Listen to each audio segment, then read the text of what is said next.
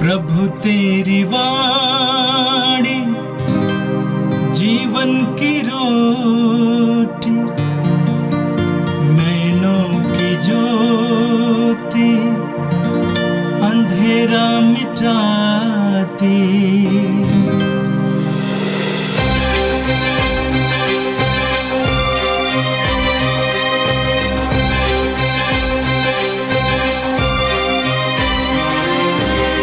प्रभु तेरी वाणी जीवन की रोटी, नैनों की ज्योति अंधेरा मिटाती।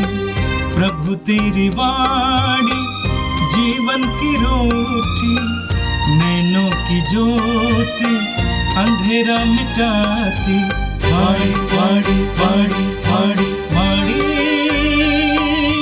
पवित्र है, शाश्वत है, जीवन का मन्ना है। 28 अक्टूबर सोमवार।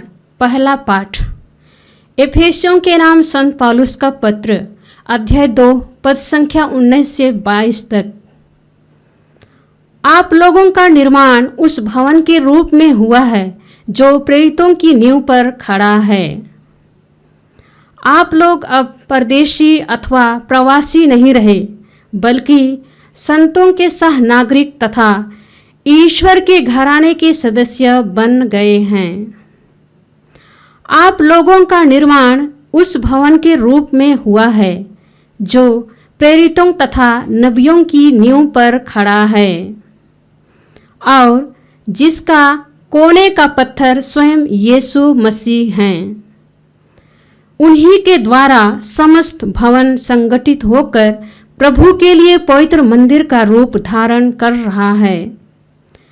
उन्हीं के द्वारा आप लोग भी इस भवन में जोड़ दिए जाते हैं, जिससे आप ईश्वर के लिए एक आध्यात्मिक निवास बन जाएं। यह प्रभु की वाणी है।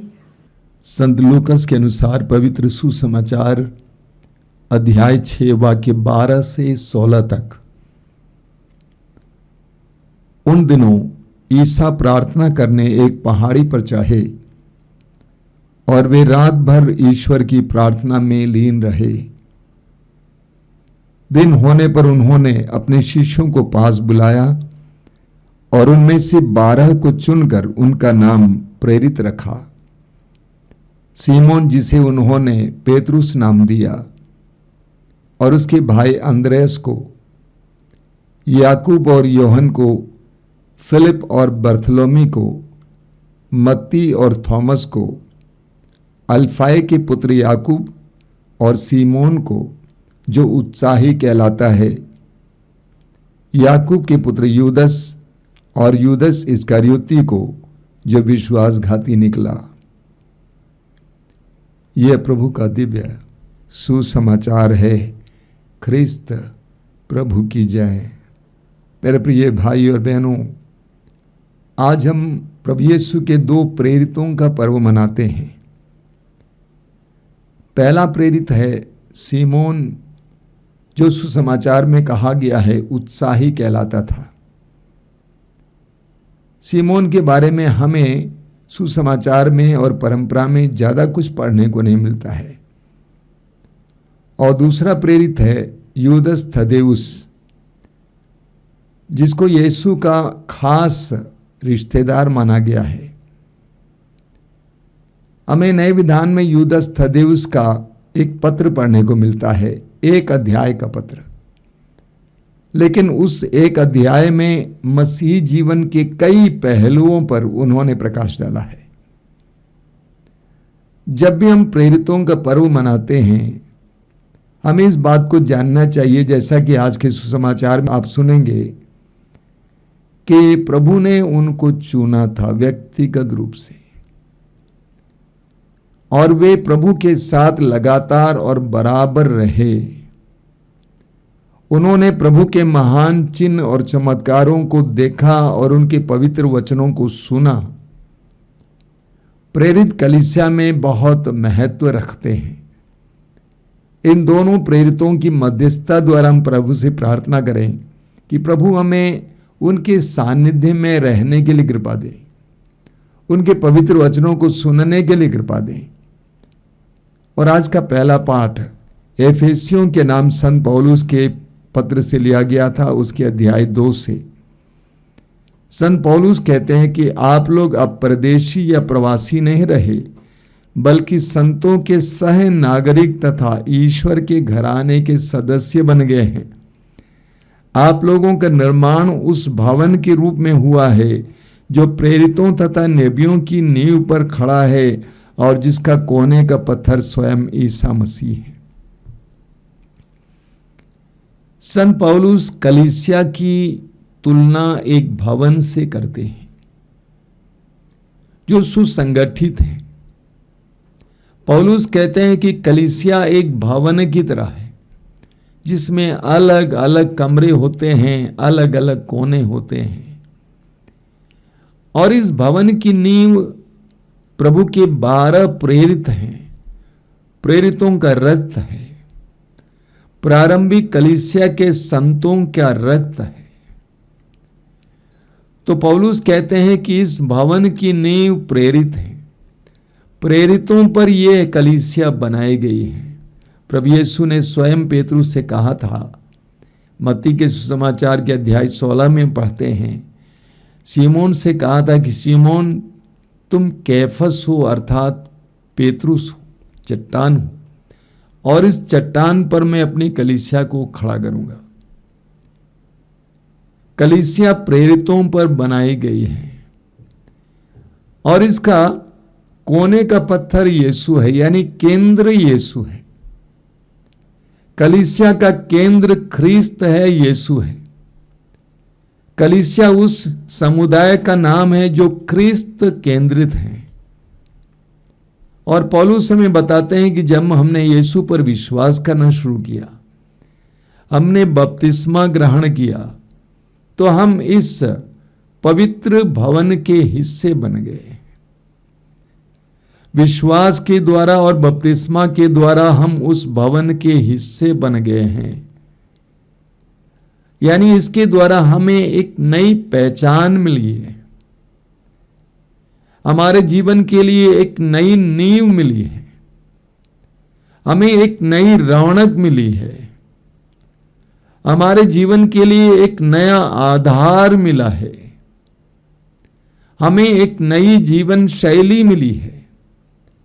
हम परदेशी नहीं हैं, हम अनजान नहीं हैं, बल्कि हम ईश्वर के उस पवित्र भवन या ईश्वर के उस घराने के सदस्य बन गए हैं। बपतिस्मा के द्वारा, विश्वास के द्वारा, प्रभु यीशु के द्वारा हम ईश्वर के चुने हुए लोगों के उस घराने के सदस्य बन गए हैं। हमें एक नई पहचान मिली है, हम दूसरों की तरह नहीं हैं, हम एक पवित्र राष्ट्र हैं, जैसा कि संत पेतरुस अपने पहले पत्र के अध्याय 2 वाक्य 9 में कहते हैं। हम एक पवित्र राष्ट्र हैं, राजकीय याजक वंश है, चुने हुए लोग हैं। हम प्रभु को धन्यवाद दें कि यीशु के द्वारा हमें ईश्वर के उस घराने के सदस्य बनाने के लिए। और आज का सुसमाचार संत लूकस के सुसमाचार के अध्याय 6 से लिया गया था। सुसमाचार में हमने सुना, उन दिनों ईसा प्रार्थना करने एक पहाड़ी पर चढ़े और वे रात भर ईश्वर की प्रार्थना में लीन रहे। दिन होने पर उन्होंने अपने शिष्यों को पास बुलाया और उनमें से 12 को चुनकर उनका नाम प्रेरित रखा। सुसमाचार में हम पढ़ते हैं कि प्रभु यीशु ने 40 दिन और 40 रात उपवास रखते हुए प्रार्थना की। सुसमाचार में हम ये भी पढ़ते हैं कि प्रभु यीशु कई रातें प्रार्थना में बिताए, प्रार्थना में ईश्वर के साथ लीन रहे। वचन में आज आपने सुना, रात भर ईश्वर की प्रार्थना में लीन रहे। हमारे आश्रम में रात्रि जागरण के लिए कई भाई बहन आते हैं। रात को जागकर प्रार्थना करना कठिन होता है, वैसे दिन को भी प्रार्थना करना कठिन होता है, लेकिन रात को जाग कर प्रार्थना करना कठिन होता है। प्रभु यीशु ने स्वयं, हम पढ़ते हैं मार्कुस अध्याय 14 वाक्य 38 में, अपने शिष्यों से कहा था, जागते रहो और प्रार्थना करते रहो।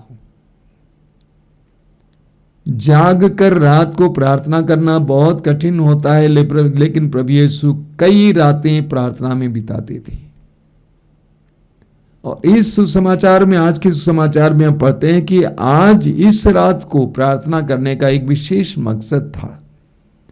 प्रार्थना के बाद दिन होने पर उन्होंने अपने शिष्यों के पास बुलाया और उनमें से 12 को चुनकर उनका नाम प्रेरित रखा। यानी अपने 12 प्रेरितों को चुनने से पहले प्रभु ने रात भर प्रार्थना की, पूरी रात प्रार्थना में बिताए। उनके साथ रहने वाले, उनके कार्यों के सहभागी होने वाले उन 12 प्रेरितों को चुनने से पहले प्रभु यीशु चारों ओर घूम घूम कर लोगों से नहीं पूछ रहे थे कि किसे किसे चुना जाए। प्रभु यीशु लोगों के टैलेंट नहीं देख रहे थे, लोगों के अंदर क्या क्या प्रतिभाएं ये नहीं देख रहे थे, बल्कि प्रभु यीशु रात भर प्रार्थना कर रहे थे। संभवतः वे बोल रहे थे, पिता मुझे बता मैं किन किन लोगों को अपने करीब रखूं, किन किन लोगों को अपने सहयोगी बनाऊं। हो सके तो पिता अपना उनका चेहरा मुझे समय दिखा दे ताकि मैं कोई गलती ना करूं। ये हमारे लिए एक सुंदर उदाहरण है, नमूना है। अपने 12 प्रेरितों को चुनने से पहले प्रभु यीशु ने पूरी रात प्रार्थना में बिताया। हमारे जीवन में हमें कई निर्णय लेने होते हैं। किससे विवाह करना है, कौन सा धंधा शुरू करना है, क्या पढ़ना है, कौन सा करियर चुनना है, कहां जाना है। इन सारी बातों से पहले, इन सारे निर्णयों से पहले क्या वास्तव में हम लोग प्रार्थना करते हैं? क्या हमारे परिवार में जितने निर्णय होते हैं प्रार्थना के बाद होते हैं? हमारे व्यक्तिगत जीवन में जितने निर्णय होते हैं क्या प्रार्थना के बाद होते हैं कि अंधाधुंध?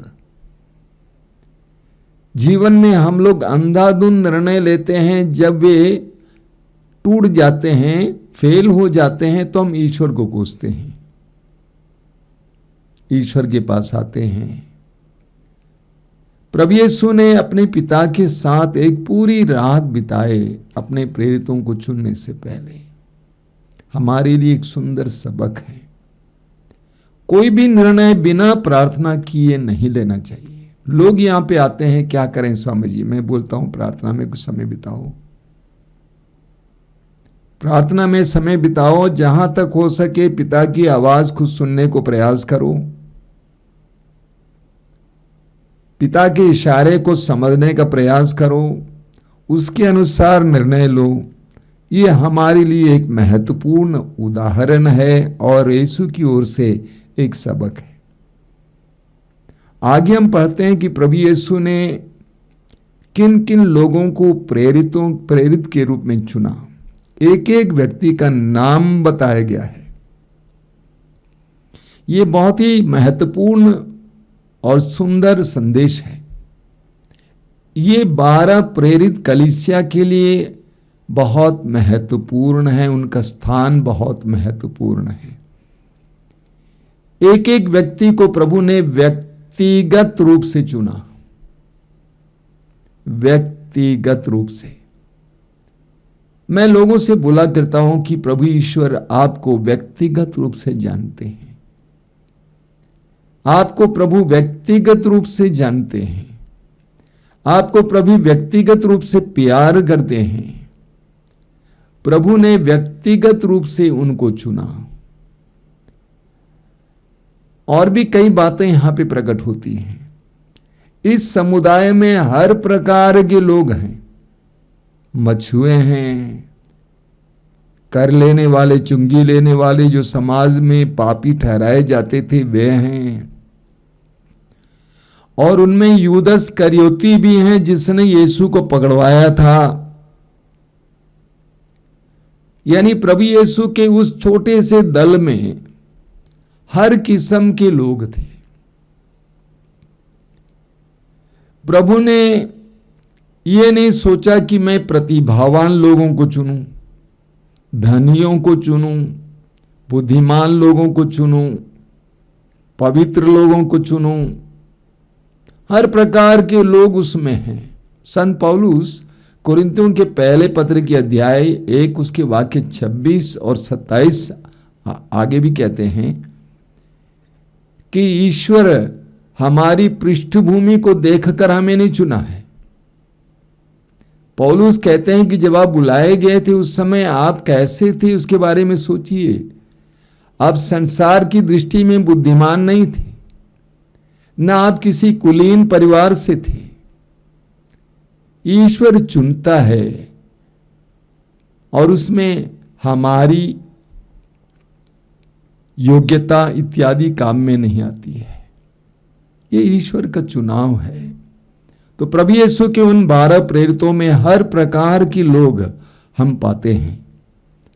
प्रभु ने अपने समुदाय में सबको स्थान दिया, अच्छे अच्छे लोगों का नहीं, यहां तक कि यूदस करयोतियों के भी प्रभु ने स्थान दिया, जिसको वास्तव में यीशु जानते थे कि इसके अंदर लालच है। इसके बावजूद प्रभु ने उसको स्थान दिया और अंतिम पल तक उसको प्यार दिया। मेरे प्रिय भाई और बहनों, संत सीमोन और यूदस के पर्व के दिन हम प्रभु को धन्यवाद दें चुनाव के लिए, बुलाहट के लिए। प्रभु ने हमें बुलाया है इसलिए नहीं कि हम लोग अच्छे हैं, पवित्र हैं, हम लोग प्रतिभावान हैं, बल्कि प्रभु ने हमें बुलाया सिर्फ इसलिए क्योंकि वो हमें चाहते थे। मार्कुस अध्याय 3 वाक्य 13 में हम पढ़ते हैं कि प्रभु यीशु एक पहाड़ी पर चढ़े और उनको अपने पास बुलाया जिनको वे चाहते थे। आप और मुझे प्रभु चाहते थे, इसलिए आप प्रभु के पास आए हैं। आइए हम प्रार्थना करें। प्रभु यीशु धन्यवाद देते हैं हमारी बुलाहट के लिए। तूने हमें भी व्यक्तिगत रूप से बुलाया है, तू हमें भी व्यक्तिगत रूप से जानता है और प्यार करता है। ये इसलिए नहीं कि हम लोग प्यार के योग्य हैं, बल्कि इसलिए कि तू महान है और तेरा प्रेम अथाह है। हम तुझे धन्यवाद देते हुए समय प्रार्थना करते हैं, हमारे हृदयों को भी बड़ा बना दे, सबको प्रेम करने की शक्ति हमें प्रदान कर, सबको समाने की शक्ति हमें प्रदान कर, भले बुरे सबको एक ही रीति से देखने की हमें शक्ति दे। ये प्रभु यीशु इन वचनों को सुनने वाले मेरे भाई बहनों को आशीर्वाद दीजिए। आज का संपूर्ण दिन उनके लिए आशीष और कृपा का दिन बने। हमारी प्रार्थना को ग्रहण कर, आमीन। प्रभु तेरी वाणी जीवन की रोटी, नैनों की ज्योति अंधेरा मिटाती।